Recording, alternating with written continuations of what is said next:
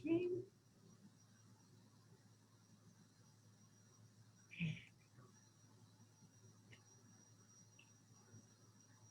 I think we're live. Hello, everybody. It's Ryan Lanier of Organizing for Good, and it's my favorite time of the week. Hands down, I love to bring you a nonprofit shout out interview. And of course, Kat wanted to say hello. Anyway, so it's my favorite time of the week because this lets me get in touch with a lot of amazing things that are going on with nonprofits, mostly in the Austin area, but not necessarily. And today I'm very excited to bring you Charlotte Moore, Executive Director of the Black Bodies Project. Welcome to the show, Charlotte. Thank you for having me. Absolutely. So I'm just going to go ahead and we're going to jump right in. Please tell us who you are and what your nonprofit is and how you do what you do. Awesome. Well, thanks again for having me on. I'm blown away by all of the just kick butt women and men who are doing what you do and sort of helping other people realize their dreams and talents and what they contribute. So I am, executive director of an Austin-based nonprofit called the Black Bodies Project. And what we aim to do, what we really want to do, and what we've been doing is using media, so video, photography, storytelling, to tell the stories of Black people. It's really quite simple. I think for a very, very long time, particularly in America, media images of Black people have been trash. You know, they just don't, many of them don't depict Black people for who they are. And at the core, Black people are just like any other race of people. You know, we have emotions, we have hopes and dreams and missions, things we want to do. We love to travel, we love to eat. We're like any other group of people, but the media for so long has created this one idea of who Black people are. So we aim to use that video and photography and images and raw storytelling to share stories of Black people. We do that unapologetically. I'm a Black woman, I've always been Black, and I have stories to tell that just aren't being told. So that's our goal. The goal is to help end racism, because that's part of what fuels racism is the fact that many, many white people have no idea who Black people are, So true. Yeah. Excellent. She's just taking on ending racism. Yes. On an every other day basis. Okay. Yeah. I love it. I love it. I just want to insert right here. How did you come up with the, how and why did you start this? Yeah, I ask myself that a lot because I am not going to say how old I am, even though I'm not ashamed of it. But for most of my life, I've always known racism exists. If you are a Black person in America, you know racism exists. In fact, your parents, they teach you that, things that you don't learn in school, things that they don't tell you in school. Your parents are constantly making sure that you're aware of not just your Blackness, but it's important to know what the context is of this nation, because then you can navigate, you can maneuver. There are some things that being Black means you can't do, places you can't go, that white people in particular, it never really comes up. The talk, we talk about the talk a lot. Those things in white families don't typically come up, but they do in families of color. So I've always known that racism exists. What I didn't know until very recently was how pervasive it is and how systemic it is. And so in this journey, I'm learning a lot, even as a Black woman. We don't know, because we're Black, we don't know everything that has to do with racism. A lot of this stuff, Black people are learning themselves. And so I have to say that how it started was completely by accident. Before I go further, though, I do want to say that a lot of what I'm learning is from an Austin-based racial equity consultant. Her name is Joyce James. Her website is joycejamesconsulting.com. If you are a company or an individual who really wants to dive into this whole idea of critical race theory and systemic racism, she's right there in your neighborhood, and she is phenomenal. So a lot of what I'm learning, I learned from her. So I'm rambling, but quickly, how it began was, I'm also a songwriter. I like to sing and write songs. And after Trayvon Martin was killed, I wrote a song called Black Bodies. And this was probably, I wrote it maybe 4, 5, 6 years ago, 5 years ago, probably longer than that. But it was just this song that I wrote, and it was on my page, and nobody ever listens to it. But the song is beautiful to me. It's called Black Bodies. And it was much later that a friend of mine messaged me, and he said, Charlotte, the Capital City Black Film Festival is opening up for submissions. You should do a film. Well, I'd never done a film before, but I said, yeah, I'm gonna do a film. So I took my 2 little cameras, very cheap Canons, and I found 16 Black people, and I interviewed them. And we just had conversations about what it means to live in Black skin. A few months later, I had edited this really raw, it was my debut film, so it's not perfect, but this perfect. Yeah, just a film that I put together, and that film has really, it was the catalyst for me. It really changed my life. And it has shown all over the country at film festivals, in workshops. It's helped spark lots of conversations. And it was after I did that film that I thought, I really want to keep doing this because I'm learning. And that's what I met someone who said, we should start a nonprofit. And so we did. Fantastic. Yeah. And I've never had a nonprofit before. I'm not really business savvy. So I'm learning as I go. The nonprofit is there, and we can do a lot of the work we're trying to do through it. So I hear that. You don't start a nonprofit because you're good at nonprofits. You start a nonprofit because there's something in your heart and in your eyes that you cannot walk away from. And you are called to bring that to the attention. That's what I think it's for. I love that. Yeah, that's really what it was. After the feedback from that little film,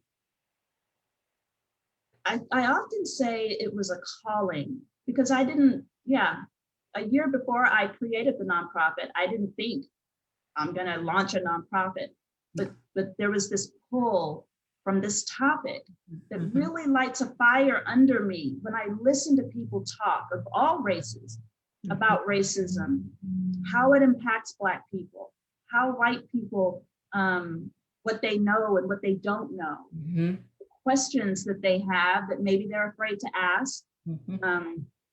With social media today, I acknowledge that it probably is intimidating for a lot of white people to put themselves out there and to ask certain questions. And I do want to be a space. I want this nonprofit to be a space where those questions can be asked. If we don't know the answer, we'll funnel you to someone who does.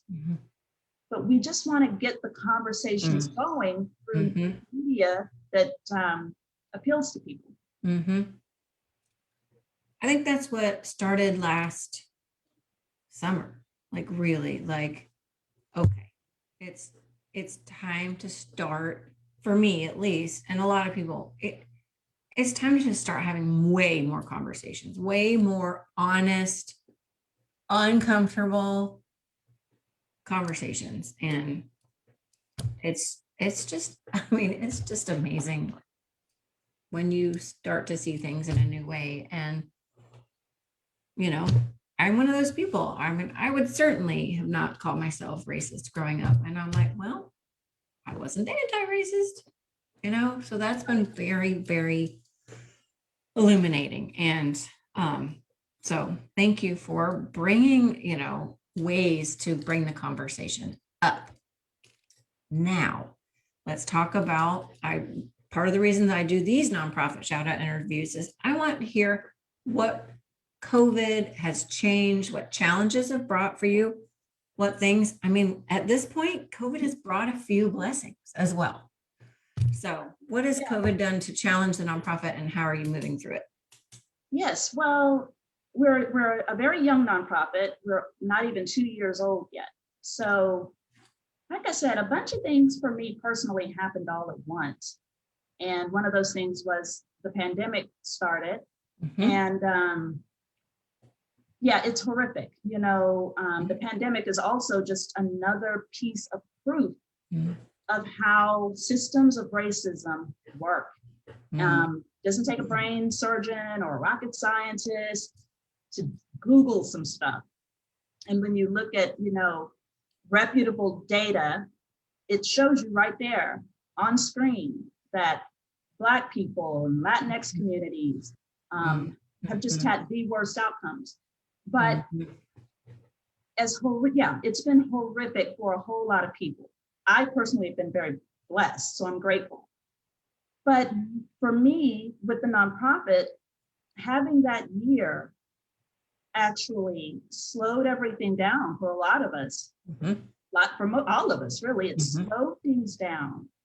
And we were fortunate in that because the work that we produce is the film, video work, right. We've been using that film to do a lot of workshopping. So audiences watch the film, we all watch together, and then we were doing this in person before the pandemic. And then we'd have a conversation for about an hour, and every single conversation was mine. It was great. I learned so much. With Zoom and all of the platforms that you can use, that actually, I think we did more. Sure. It was so much easier than trying to get a bunch of people in one building to, and the technology to get the film going and all this. It's been really simple. We probably did, I'd say, 10 to 12 screenings and discussions over Zoom. So awesome. It almost bolstered. And then, like you said, it was at a point where so many people were wanting to talk about these issues. So we were doing virtual screenings and having these virtual discussions. And another thing with our nonprofit anyway, and what we were doing, these platforms allow you can have the video up if you want. If you don't have to. Right. You just have a question and you want to write it in the chat box, you can. So I think that actually helped. It gave people this sense of anonymity where they felt they needed it. We never pressure anyone. Sure. We try to keep the conversations candid and raw and honest, but some people, they don't want to do that. So it allowed them to ask questions that way and maybe keep their video off. So we were pretty fortunate that we could carry on with the work we try to do, even through a horrible, deadly pandemic. And even increase. I mean, truly, that's amazing. So tell me, I mean, so a typical screening, we watch the movie, which is 2 hours, hour and a half? It's 80, yeah. It's 82 minutes. I have two versions. One is about a little over an hour and 20 minutes. And for that whole hour and 20 minutes, I'm like, oh my God, I'm so embarrassed because it's not technically perfect. It's my first film. And I was using two really crappy cameras. Let that go, girl. Let it go. You know what? I am. because the impact again has just been crazy. So I have one version that is 82 minutes, and then I had to edit it down for PBS. It ran on Austin's PBS station. Wow. And Okay. so I have a 52-minute version, which is what we tend to use, even though the longer one I really love because I'm also an artist. I love to paint and do the music. My daughter is a poet. She's in the film. And so the longer film, you get kind of, there's some art and music that isn't in the shorter version. But the shorter version just kind of gets right to the issues of these sound bites of people talking. So and our world is so that way these days. We want the short condensed. Yes. Because there's just so many things vying for our attention. So I think they both serve a purpose, you know, the two. They really have. The longer version, I gotta mention the Alamo Drafthouse, because from the beginning, they were such a very cool local partner to have. And they did some screenings at their cinema. And they have a video streaming platform online. And so that's where the long version sits. And anytime anyone wants to see it, not very much, they can go there and watch the longer version and pause if they want to or whatever. Yes. That's fantastic. Yes, I actually watched the trailer there as well. And I was posting that link in my social as well. And I wanted to, yeah, go ahead. I want to say that to other young nonprofits, like, don't be afraid.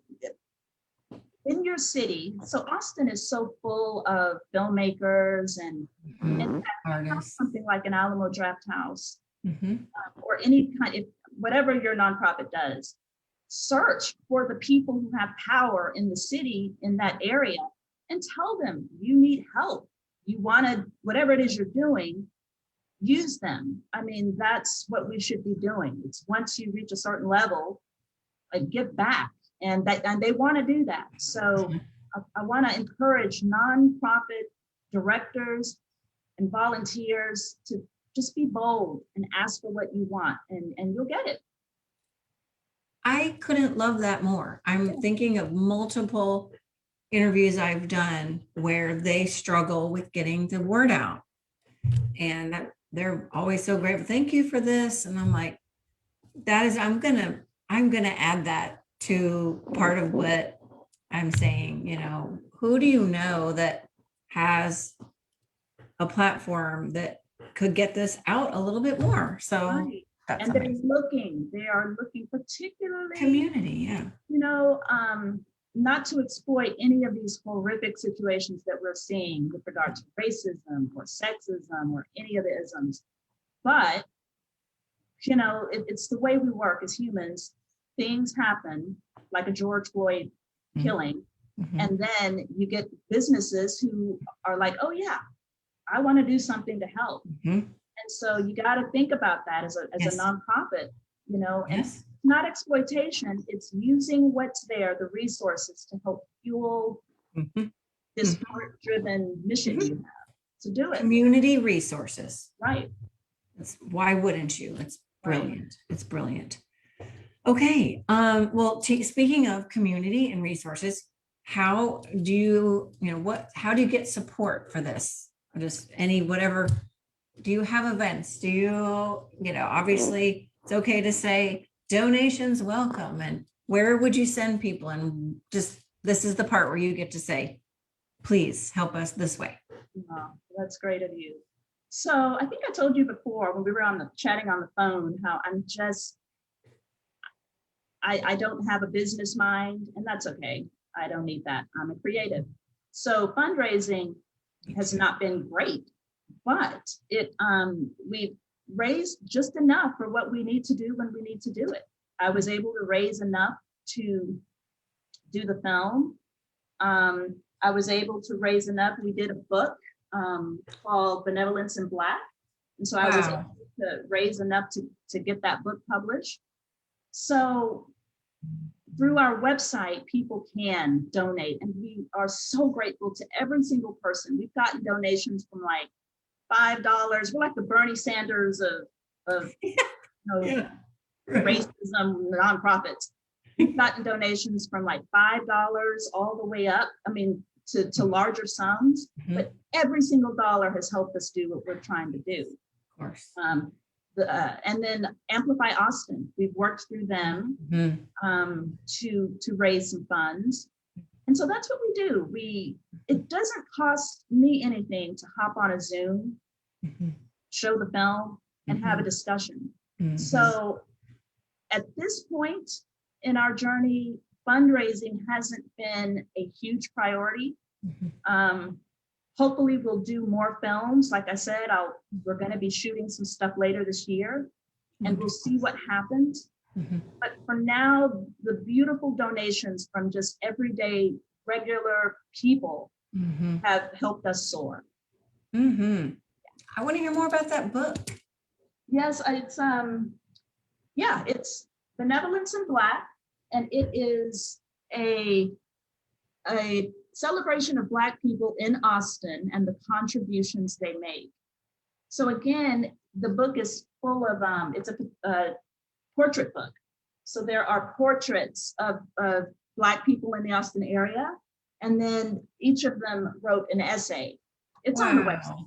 So I love that. Each of the 30 people wrote an essay of their own choosing of just some element of their Blackness. And it was published by a local publishing company called Weeva, but it's also on Amazon. You can get it as for your Kindle or your, all those ebooks. Yes. And it just celebrates beautiful Black people in Austin who are doing stuff for their community. Not all Black people are anything. It's just we're multifaceted and we're different. We're human beings, and so this celebrates that. That's really phenomenal. You're one of the few nonprofits I've spoken with where COVID has actually been easier, like made things a lot easier. And 2020 sure brought the cause to the height where it's like, let's go. When what's next? Right. And I honor all of the people who have been doing this work for decades, all the people in history who have been doing this. I don't see how they do it, how they did it. Every February we focus on, the top 4, Dr. Martin Luther King and Rosa Parks, Harriet Tubman, Frederick Douglass, I wish I could sit with all of them and have dinner and just learn from them. But right in our communities are people, Black people who have been in this struggle for decades, and they're exhausted, and they haven't been able to let up. So I honor them. I'm learning from them what it takes and what I need to learn and know to be able to do this work. Charlotte, do you go out and do speaking events when appropriate? Like safe or whatever? Yes. Well, I would love to sit in an audience and listen to you talk. Oh, wow. I would love that. Well, thank you for saying that. I don't know. I have a few friends who might call you later and be like, yeah, no. But I thank you for saying that. That's very kind of you. I like to talk, but I love to listen. And I love to, I'm usually doing what you're doing and asking the questions. My background's in journalism. And it's been the most amazing ride for me that I get to learn through the work that I do. But helping people tell their stories, asking the right questions, that is a phenomenal gift, something to be able to do, So I would listen to you talk, but you would be as interested in what the audience would have. You would give more, where it would be back and forth and like a group conversation. which you probably already do, facilitation, which I'm sure you already do, but Yeah. Well, you're very compelling, very compelling. well, thank you for that. Like I said, I'm taking it day to day, and I'm going where I feel led to go with this. And Mhm.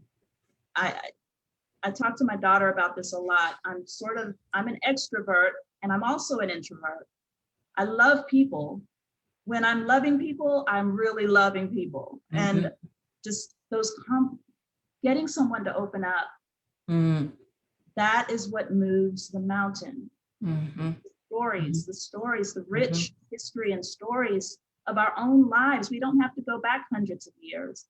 Mhm. The lives we're living today, there's so many rich stories to tell. And I like helping people tell those stories. And hopefully starting newer, better stories. Yeah. Mm. Yeah. Wow. I knew this was going to be great. Uh, You're just a delight. well, thank you for having me on. It's This- awesome to be able to talk about this project. And I hope that as the pandemic eases, I feel terrible about all the people who've suffered. Mm. And but as it eases, hopefully we can get back to Mhm. being able to interact more and talk about this really difficult issue. Mhm. Is there anything I haven't asked or anything you'd like to share before we close? I do love to hear about, certain special stories that touch our heart. I mean, you're all about stories, but is there just anything you would share just to kind of pique people's interest to definitely watch the Yeah. film? Well, what I want to say, I would love for them to watch the film and send me feedback. The website is simple, blackbodiesproject.com. But I think the only thing I like to tell people is if you have a dream, or if there's something that you want to do, but you're like, I can't do it because I've got kids or I've got to work or whatever, don't let that stop you. Like, do it. Start taking it sounds simple because it is. You just start taking those little bitty steps, and before you know it, the universe takes over and you've got this momentum and you are fulfilling a dream. All the people that you're looking at on Instagram and Twitter, all the people with the blue checks by their name, that's all they did. They started somewhere and it landed them where they needed to be. And so that's just always my message is do it. And if you mess up, it's okay. Yeah. It's okay That's to right. do it. Mm. And one last thing with regard to racism, start Googling some stuff. Yes. Just what I learned from Joyce James is that in every public system in this country, there is a hierarchy where it's just a fact. It's white people have the best outcomes, and people of color fall somewhere on that scale, with Native Americans and Black people having consistently the worst outcomes in health, education, criminal justice system. The data is all there. So start Googling that, educate yourself with what's real. And then start doing everything you can to kind of fight against it. You're not fighting against your own interests. There's enough for everyone. When it comes to things like education, I mean, yes, there's enough for all of us. So educate yourselves. Absolutely. Educate yourself and follow your dreams. Yes. Pretty much. That's I it. love that. Those are great messages. Wow. Well, thank you so much, Charlotte, for your time today. This has just been amazing. As we talked earlier, we're like, I bet we could go on for hours. Yes. We try to keep this to a manageable amount. This is just about perfect. So gosh, I really enjoy you and hope to see you in person someday. You will. Thank you for having me on. Absolutely. Thank you, everybody who is going to watch this, who is going to share this, who is going to follow up with watching the film, educating themselves, and just walking forward. And let's try to change It's a big, tall order, but we can do it as a group. So gosh, thank you. This has just been amazing. So don't forget to like and follow all the socials, share this interview. It will be on my YouTube channel as well. That's also very shareable. And on my podcast when I finish getting that together, hopefully in June. So Awesome. thanks everybody for watching.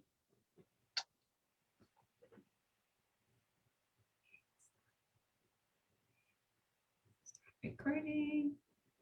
Oops. Stop.